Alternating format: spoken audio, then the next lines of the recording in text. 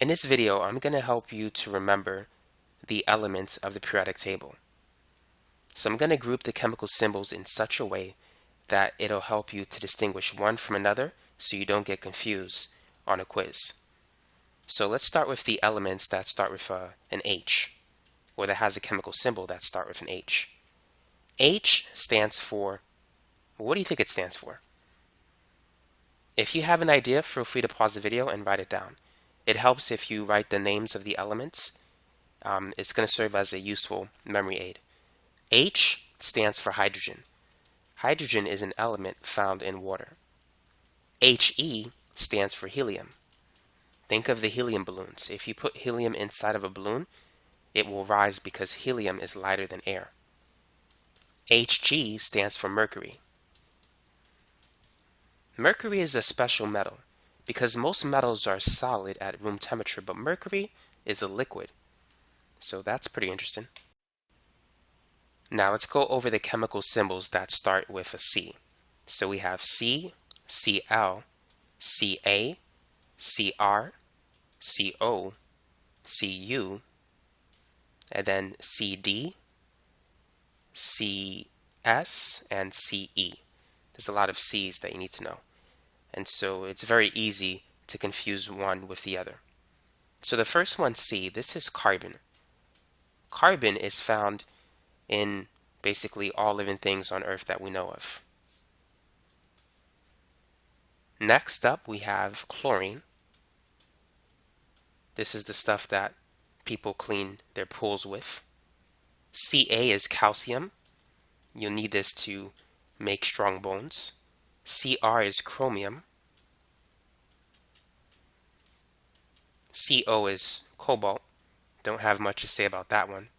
Cu is copper. Typically, most electrical wires are made with copper. Cd is cadmium. Cs, that's called cesium, Caesium, and Ce is cerium. Now I recommend that you write the symbols and the names down for the sake of practice, because later in this video I'm going to quiz you. I'm going to give you the chemical symbol and ask you to write the names, and I'm going to do it in a reverse order. And I may even have a matching quiz just to help you to memorize the elements of the table. So now let's move on to the chemical symbols that start with an N. So we have Na, N, Ne, Ni, and Nb. So Na, what do you think Na stands for? Here's a hint, it doesn't contain an N. Na is sodium. If you put sodium metal in water, it will explode. It's an alkali metal, it's very reactive, very dangerous. But sodium is also found in table salt. But it's in a different form. It's in the form of an ion as opposed to a metal. So in table salt, it's completely safe, but as a metal, very dangerous. N stands for nitrogen. Nitrogen is prevalent in the air. In fact, approximately about 78 to 79% of the atmosphere consists of nitrogen gas. Ne is neon. Think of neon lights. Ni is nickel. Think of a 5-cent nickel. Nb, niobium. Let's hope you don't get that one on the test. Now, I remember when I was in high school and I was taking AP chemistry. The next day we were given a pop quiz and we had to know 60 elements of the periodic table. And what really helped me was creating a mental image, a picture in my mind that relate an element with something familiar. And at the same time, just quizzing myself, just practicing by writing out the names of the elements and the symbols that go with it. I think that helped a lot too, using the cards to match the name with the symbol. And so doing that a few times helped me to pass that test or pop quiz. And that could help you too. So I definitely recommend that you quiz yourself if you wish to memorize the elements of the periodic table. Now let's go over the elements that start with an M. There's three of them that you need to know: Mg, Mn, and Mo. Mg stands for magnesium. If you take a magnesium ribbon and burn it in air, it produces this very bright white light, and even ultraviolet light, so you got to be careful with that. It was one of the experiments that I had in my AP chemistry course. Mn stands for manganese. And then Mo is molybdenum. I really don't have much to say about those two. Now, the next ones you need to know are the ones that start with a B. There's B, Ba, Be, Bi, and Br. So Ba stands for boron. I mean, that's B, not Ba. Ba stands for barium, but B stands for boron. Be stands for beryllium. That's a R and then a Y. I kind of group those two letters together. And then Bi is called bismuth. Br is bromine. Bromine is a red liquid nonmetal at room temperature.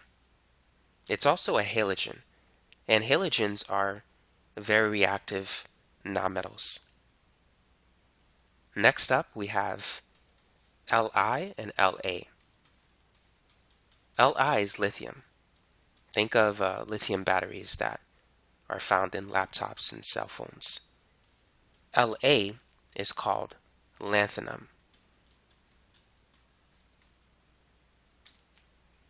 Next, we have O and Os. O, as you probably have guessed, is oxygen. Os is osmium. Next, we have the elements F, Fe, and Fr. So F stands for fluorine. The U comes before the O. And you could find this element in toothpaste in the form of fluoride. Fe is iron, even though it doesn't have an F in it. But iron is also known as ferrous. If you hear the word ferrous, it tells you that it basically has iron in it. And that's where the Fe really comes from. So if you hear ferric or ferrous, you know you're dealing with the chemical symbol iron in different forms. Fr is francium. It's another alkali metal. And next we have K and Kr. K doesn't have a K in it. This is potassium. Kr is krypton. Think about where Superman came from. Now let's move on to the chemical symbols that start with an A. So we have Al, As, Ar. If you notice, the first letter of the chemical symbol is capitalized, and the second one is in lowercase. So we have Ag, Au, At, and Ac. So Al is aluminum. Think of aluminum foil, which is probably in your kitchen. As stands for arsenic. Ar is argon. It's a noble gas that can be found in the atmosphere in low quantities. What do you think Ag is? Ag is a noble metal, but it doesn't start with an A. Ag is silver. Au is something similar. It doesn't start with an A either. Au is gold. So these two are very common test problems. So make sure you know those two. At is called astatine. And Ac is actinium. So that's it for the symbols that start with an A. Now let's move on to those that start with an S. So there's Si, S, Sc, Sr, Sn, Sb, and Se. The first one, Si, is silicon. Silicon is a metalloid. It's between a metal and a nonmetal. Metals can conduct electricity, nonmetals do not, but metalloids like silicon and even germanium, they can conduct a small amount of electricity. In fact, silicon is found in many solar cells. A solar cell is a device that takes sunlight and converts it into electricity. And you could find silicon in sand, in glass. It's very abundant in the earth. S stands for sulfur. Now, sulfur is basically a yellow solid, but when it melts, it turns into this red liquid. Sc is called scandium,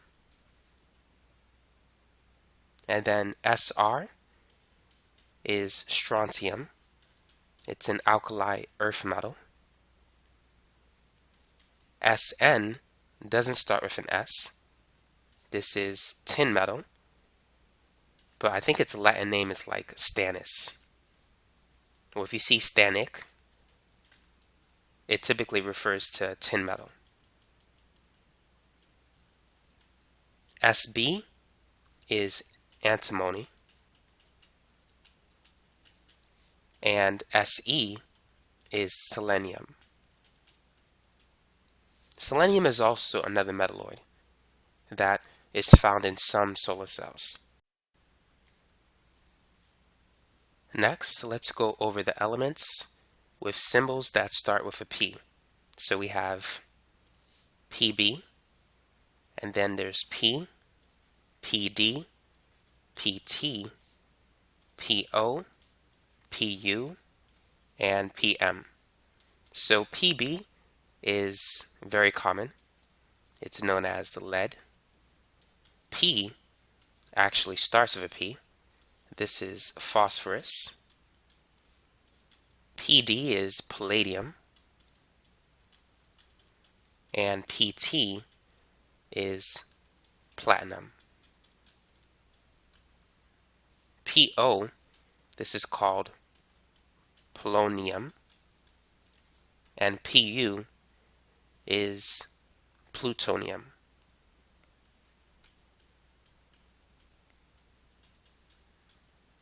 Pm, you may not get this one on the test, or you may get it, but this one is called promethium. It's not too hard to forget this one. Now let's move on to the elements that start with T. So we have Ti, Tc, Ta, Tl, Te, and Th. Ti is titanium. It's another metal. Tc is technetium. Ta is tantalum.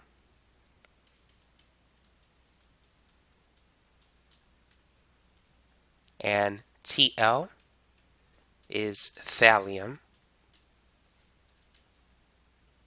Te, that's tellurium. It's a chalcogen just below selenium on a periodic table. And Th is thorium. Now let's go over the ones that start with an R. So we have Rn, Ra, Rb, Rh, Ru, and Re. So Rn is called radon. It's a noble gas that basically seeps from the ground and goes into the air. For houses that are completely enclosed, let's say if you live in a house and you don't open the window, the radon, which seeps from the ground, it can build up in your house, and so it's always good to open your window. Ra is radium. Rb is an alkali metal just under potassium. This is called rubidium. Rh, this is rhodium. It's a transition metal. Ru is next to rhodium. It's called ruthenium. And Re is rhenium. So those are the elements that begin with R that you might be quizzed on. But most likely, you'll see these three. They're more common. The other three, you may be quizzed on it. It depends on your teacher. But they're less common. But you might see them occasionally. Now let's go over the ones that start with an I. There's I, In, and IR. I stands for iodine. You can find this in iodized salt. In is indium. And IR is iridium. It's a transition metal with a high density. Now there's two elements that you need to know that start with a Z. The first one is zinc, and the other one is zirconium. So you really shouldn't have a problem with these two because, this one starts with an R and there's an R inside of it. Next we have Ga and Ge. Ga is gallium, is just under aluminum. Ge is germanium. It's another metalloid that conducts electricity better than silicon. And some other elements that we have that I'm just going to write them here so you can add this to your list. V stands for vanadium. Xe is xenon. It's a noble gas. And Y is yttrium.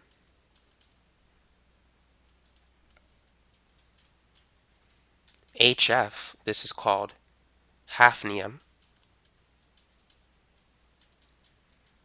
And W is known as tungsten. Tungsten has a very, very high melting point. It's a metal that is very difficult to melt. So let me give you a mixed review. I'm going to write a few chemical symbols, and while I'm writing these down, write the names of the elements that correspond to the chemical symbols. Feel free to pause the video if you wish to do so.